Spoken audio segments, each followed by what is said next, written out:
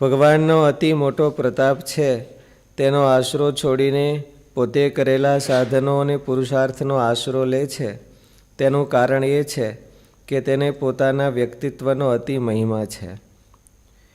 બીજા કોઈ તો તેની ગણતરીમાં જ આવતા નથી, અર્થાત ભગવાનનો પ્રતાપ તેને ગણતરીમાં આવતો નથી. એકલો પોતાનો મહિમા તેના મગજમાં છવાઈ રહ્યો હોય છે.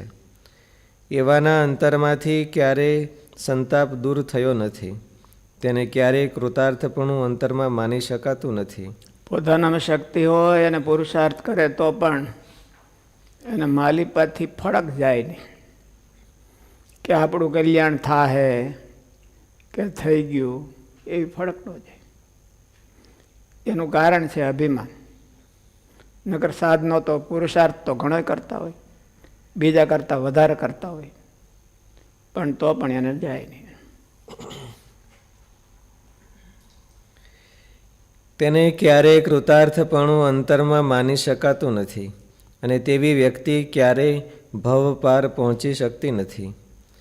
એવી વ્યક્તિઓ કે સાધકો ભગવાનના અમોઘ પ્રતાપને નહીં માનીને પોતાનો અને પોતાના સાધનોનો કાર્યોનો મોટો મહિમા સમજી રહે છે.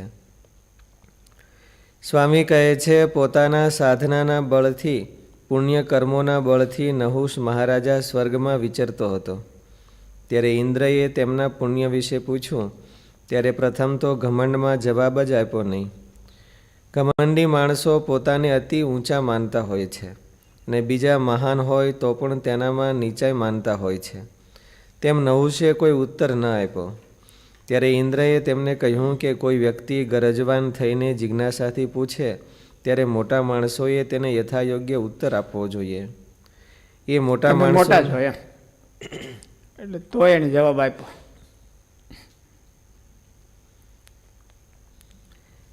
ઘમંડી માણસો પોતાને અતિ ઊંચા માનતા હોય છે અને બીજા મહાન હોય તો પણ તેનામાં નીચાઈ માનતા હોય છે. તેમ નહુષે કોઈ ઉત્તર ન આપ્યો. ત્યારે ઇન્દ્રએ તેમને કહ્યું કે કોઈ વ્યક્તિ ગરજવાન થઈને જિજ્ઞાસાથી પૂછે ત્યારે મોટા માણસોએ તેને યથાયોગ્ય ઉત્તર આપવો જોઈએ. એ મોટા માણસોની મોટાઈ કહેવાય.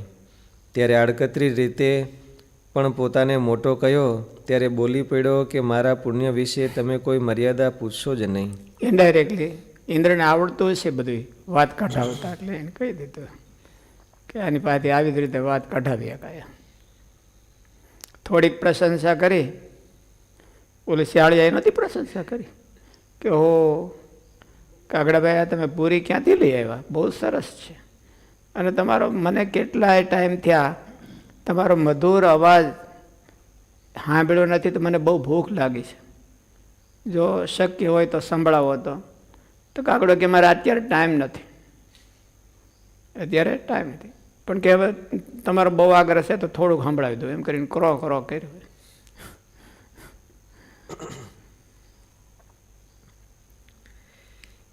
કોઈક વ્યક્તિ ધાન્યના કણ જગતમાં કેટલા છે તે કદાચ ગણી શકે.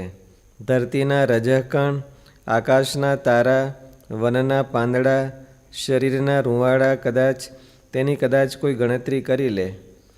આ બધી વસ્તુની ગણતરી થઈ શકે તેમ નથી, તો પણ ધારો કે કોઈ ગણતરી કરી લે, પણ મારા પુણ્ય સાધનની કોઈ ગણતરી થઈ શકે તેમ નથી. હજુ એમ બોલી રહ્યો ત્યાં તો સ્વર્ગથી પૃથ્વી પર પડ્યો. ભગવાનનો પ્રતાપ જ એક ગાન કરવા જેવો છે. તેને મૂકીને પોતે જ પોતાના ગુણગાન કરવા લાગી ગયો. સ્વકીર્તિ ગાન કરવા જેવી નથી, હારી હોય તોય. આ કડવાનો સાર એટલે સ્વપ્રશંસા કરવા જેવી નહીં. કાલે આપણે ચર્ચાઓ થઈ હતી ને, એમ કે થોડાક પોતાના વખાણ થાય તો હું વાંધો, એમ થોડાક પોતાના વખાણ થાય તો વાંધો નહીં. દૈવી જીવને હારા માણસો બે શબ્દો કહે તો એને ઇન્સ્પાયરિંગ થાય, પણ બધાય પાસેથી એવી અપેક્ષા ન રાખવાની હોય. અભિમાની માણસો તો બધાની પાસેથી અપેક્ષા રાખે, બધાય મને આમ કહેવા જોઈએ, હારા નબળા. દૈવી જીવન એમ હોય કે હું આ રસ્તે હાલું છું તો એ વસ્તુ બરાબર છે કે નહીં એનું એને કન્ફ્યુઝન રહેતું હોય. તો જો કોઈક સારા બે માણસો એને વેલિડ કરે તો એને વિશ્વાસ આવી જાય, એટલું જરૂરી છે. પણ વખાણ છે ને એ કુપથ્ય છે. કુપથ્ય એટલે હું રોગ થાય, કોકને શરદી થઈ હોય ને છાશ પીવે તો વધે, વકરે, વધે એટલે વકરે, પછી હાથમાં ન રહે. એમ અભિમાનનું કુપથ્ય હું વખાણ. અભિમાન એક રોગ છે. એને રામાયણમાં માનસ રોગ. હા, માણસ તો ખરો પણ હાંધાનો રોગ છે.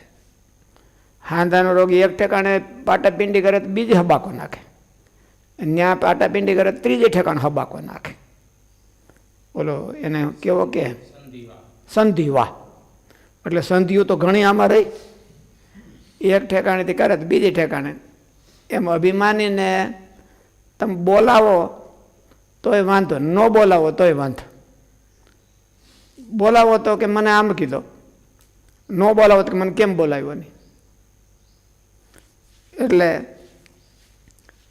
વખાણ છે એ આનું કુપથ્ય છે, રોગ વકરાવવાનું સાધન. અભિમાન વકરે કેમ? કેમ વકરે? વખાણ કરે એટલે વખરે. વખાણ કરે એટલે ઠીક છે, પણ સાંભળે એટલે વખરે.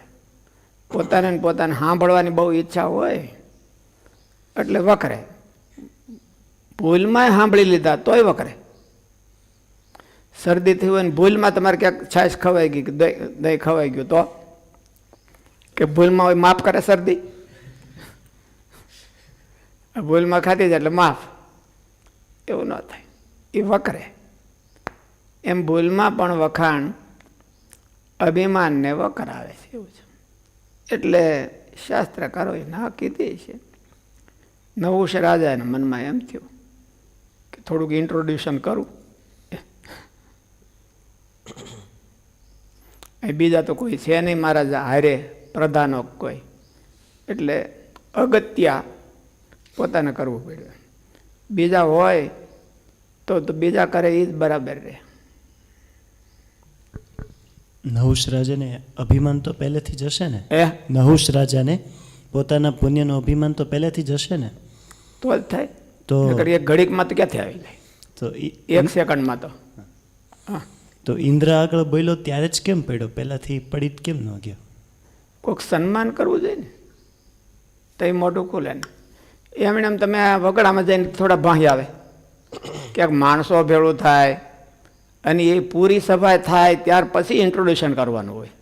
બે ચાર જણા બેઠા હોય આગળ હાવ અને મિનિંગલેસ બેઠા હોય ત્યારે તો કોઈક જે મુખ્ય મહેમાન આવવાના હોય પછી ઇન્ટ્રોડ્યુશન આપણે કરવાનું હોય. અને માણસો બધા સાંભળે ત્યાર પછી ઇન્ટ્રોડ્યુશન થાય તો બરાબર. એટલે ઓલો તો એકલો ફરતો હતો નહુષ રાજા, એટલે કોને ઇન્ટ્રોડ્યુશન કરે? ઇન્દ્ર એકલો મળ્યો તો એને કરવું પડે, કારણ કે એને એમ હોય કે આને જો ઇન્ટ્રોડ્યુશન કરી દો એટલે આખા ત્રિલોક એમ થઈ ગયું મારું, એટલે એને કહી દીધું. અભિમાન તો પહેલેથી હોય પણ ઇન્ટ્રોડ્યુશનથી એ વકરાય. સમય આપણે કોઈને વાત કરતા હોય કે અમે જ્યારે આવ્યા ત્યારે એટલું બધું કઈ આવડતું નહોતું, પણ અત્યારે મહારાજને શરણે આવ્યા છે એટલું બધું આવડી ગયું છે, તો એવી રીતે વાત કરવી કે ન કરે? કરાય કરાય, કાંઈ વાંધો નહીં, વકરવા નહીં દેવાનું. એવું આપણે મનમાં માનવાનું, કોઈને ઇન્ટ્રોડ્યુશન કરવાની જરૂર નહીં. આપણે મનમાં ભગવાનનો ગ્રેટિટ્યુડ માનવાનો કે આપણે હતા, ઘેરે હતા તે હું હતું, અને અહીંયા આવ્યા તો આપણને ભગવાનને પ્રતાપે આવું થયું, એવો મનમાં ગ્રેટિટ્યુડ ભગવાનનો માનવાનો. બોલવાની જરૂર નથી, અને એમાંય બોલાવવાની તો જરાય જરૂર નહીં. બોલવાની જરૂર તો ઠીક છે, પણ બોલાવીએ આપણે કોકની પાસે એ જરૂર નહીં. ગ્રેટિટ્યુડ તો માનવો જોઈએ ભગવાનનો, કે આપણે ભગવાનને પ્રતાપે આવું પામ્યા એટલા ગુણ આવ્યા, આવું કરી શકીએ છીએ, નહીં તો આપણી સામર્થ્ય ક્યાં હતી. એવો ભગવાનનો ગ્રેટિટ્યૂડ માનવો એ તો આશરો કહેવાય. પણ ગ્રેટિટ્યૂડ ન હોય, આ તો અહમ હોય, એટલે અહમ છે એ ન કરવો, એમ ગ્રેટિટ્યૂડ તો જરૂર કરવો. ત્યારે ઇન્દ્રએ તેમને કહ્યું કે કોઈ વ્યક્તિ ગરજવાન થઈને જિજ્ઞાસાથી પૂછે ત્યારે મોટા માણસોએ તેને યથાયોગ્ય ઉત્તર આપવો જોઈએ. એ મોટા માણસોની મોટાઈ કહેવાય. ત્યારે આડકતરી રીતે પણ પોતાને મોટો કહ્યો ત્યારે બોલી પડ્યો. ઇન્દ્રએ ચાવી ચડાવી દીધી એમ પાછળથી, ઓલાને ખબર ન પડે એમ. મોટા માણસો હોય એને આમ કરવું જોઈએ. તો કે હું મોટામાં ગણતરી મારી તો કહું. મોટા હોય કેમ કરે? તો કે પૂછે તો જવાબ દે, તો કે હું દઉં.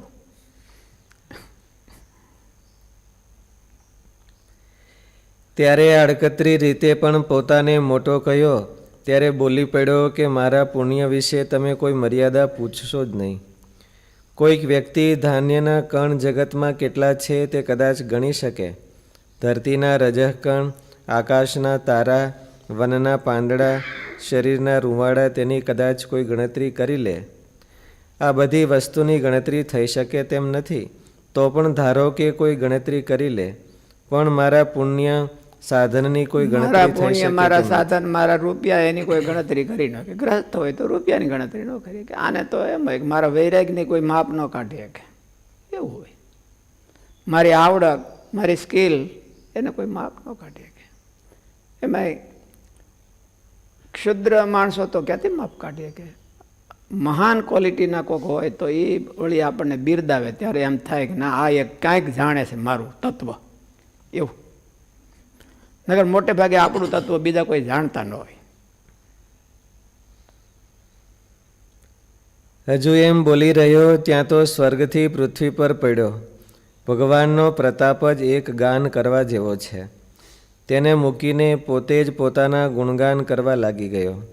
ત્યારે સ્વામી કહે છે, કેવળ પોતાના જ ગુણ સારા લાગતા હોય, પોતાના જ વખાણ ગમતા હોય અને રાત્રિ દિવસ પોતાને મોઢે સીધી રીતે બીજાના વખાણમાં પરમ ઉદાસીનતા રહેતી હોય, એ એક ઓલું કારણ છે. બળતર્યા તો પછી બીજા નંબરની છે, પણ પરમ ઉદાસીનતા રહેતી હોય તોય. ત્યારે સ્વામી કહે છે કે કેવળ પોતાના જ ગુણ સારા લાગતા હોય, પોતાના જ વખાણ ગમતા હોય અને રાત્રિ દિવસ પોતાને મોઢે સીધી રીતે કે આડકતરી રીતે આજુબાજુમાં પોતાનું જ ગુણગાન થતું હોય તો એ ભવસાગર તરી ન શકે. એવો કોઈ ભવસાગર તરીને પાર ગયો નથી. તે તો બુડવાનો જ રસ્તો છે. માટે ભગવાનના એ પ્રતાપ અહંકાર વધારવાનો રસ્તો છે. અને અહંકાર વધારીને કોઈ તર્યો હોય એવું શાસ્ત્રો ના પાડે છે. માટે ભગવાનના પ્રતાપનો અતિશય ઉરમાં ભરોસો રાખવો એ ભવસાગર તરવા માટે નક્કી વાત છે.